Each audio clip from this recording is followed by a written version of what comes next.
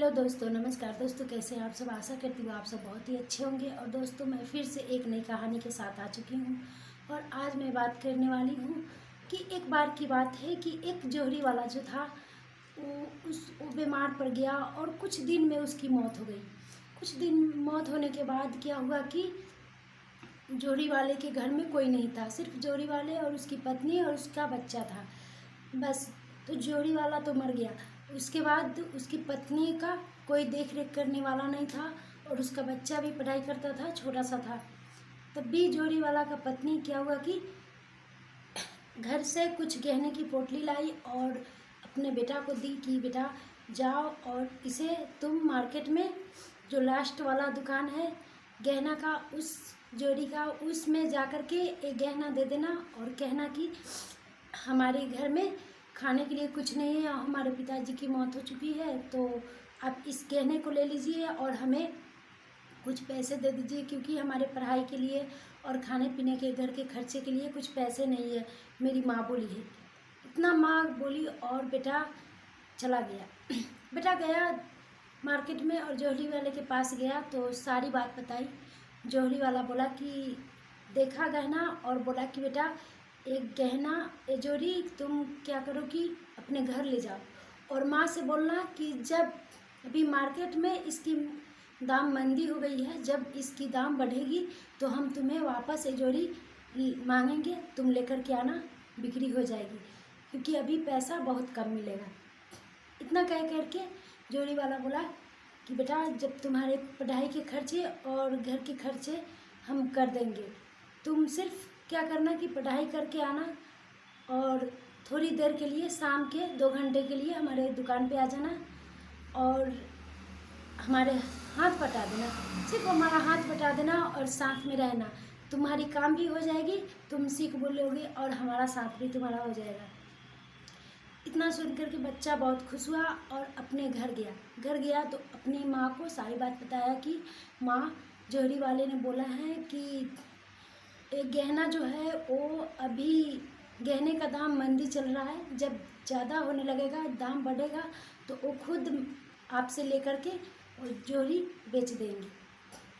और वो बहुत ही अच्छे अंकल जी हैं माँ, वो बोले हैं कि जब भी तुम्हारे घर के खर्चे और तुम्हारे पढ़ाई के खर्चे हम तुम्हारा चला देंगे, सिर्फ तुम पढ़ाई करके शाम को 2 घंटे के लिए हमारे दुकान पे आ जाना। माँ इतना सुन करके बहुत खुश हुई और मुस्कुराई। फिर बच्चा क्या हुआ कि क्या करता कि अपने पढ़ाई करता और पढ़ाई करने को शाम में जब भी आता घर, दुकान पे जाकर के मार्केट में उस जोहरी वाले के पास जाता और क्या करता कि वो 2 घंटा काम करता। ऐसे ही करते करते वो कुछ काम करने लगा, बड़ा हुआ। फिर एक दिन की बात है कि वो जोहरी वाला बोला कि बेटा वो जो तुम गहना लाए थे उस गहना को तुम फिर से लाओ, अब गहने का दाम बढ़ गया है, मार्केट में गहने का दाम बढ़ गया है, तुम फिर से वो गहना लाओ। फिर क्या हुआ कि वो लड़का गहना लेकर के माँ से मांगा गहना कि माँ, जोहरी वाले ने गहना मांगे हैं। तो फिर माँ ने क्या किया कि वो गहना निकाल करके अपने बेटे को दिए।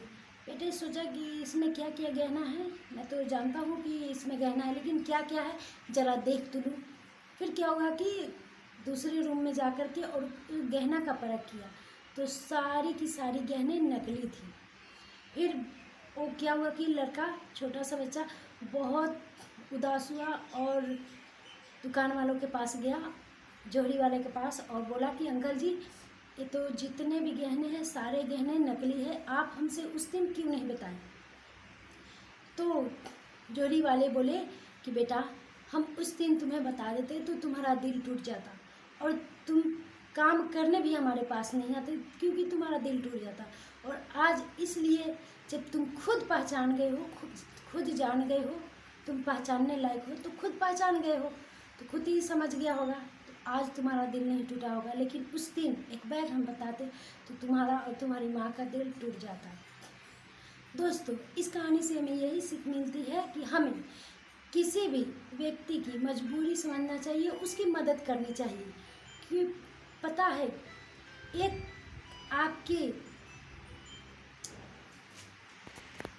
आपकी एक मदद से वो कितने अच्छे हो सकते हैं, कितने बाल बाल बच सकते हैं।